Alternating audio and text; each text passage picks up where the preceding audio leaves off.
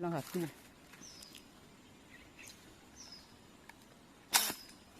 Alih pula lagi. Hello guys. Ada ikan kat saya guys. Ya, itu tengok guys. Nampak? Tunggu zoom kat ikan. Nampak? Apa kau? Dia duduk kat sana. Yes. Kena.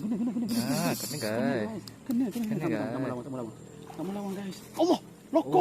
Oh, astagfirullahaladzim. Loko. Allah. It's okay. It's okay man, it's okay. Sometimes you win, sometimes you lose. It's okay man. Okay bro. Okay guys, sekarang ni kita dah jumpa sarang patung dalam hutang. So kita duduk dalam hutang betul-betul lah ni. So Nash ada nampak ada 2 ekor dekat situ. So kita tengah shoot lah. Kalau tu tak nampak, mu boleh tak ke tu spek depan tu.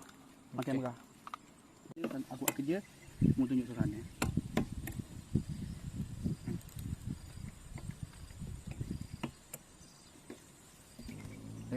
Peace sekali. Yeah. Tidak kumpau guys, kita dapat seekor ikan, 2 ekor ikan dekat situ. Sekarang ni kita nak tangkap ikan depan ni, ha tu. Ada tu guys. Ha, tu dia guys. Kalau nampak lah, ha tu gerak tu, nampak tu. Ha, jom. Kita nak try gewang lah guys. Percubaan belia untuk mesembat ikan guys.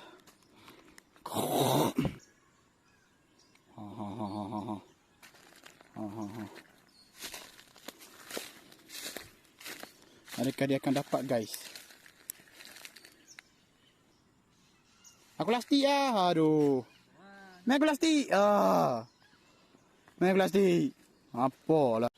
Disebabkan cameraman kita tak dapat, kita lastik je lah ikan tu dekat itu. Okay. Tengok kat ikan tu je guys. Fokus je guys. Mana? Ha, itu dia guys. Jom bismillah.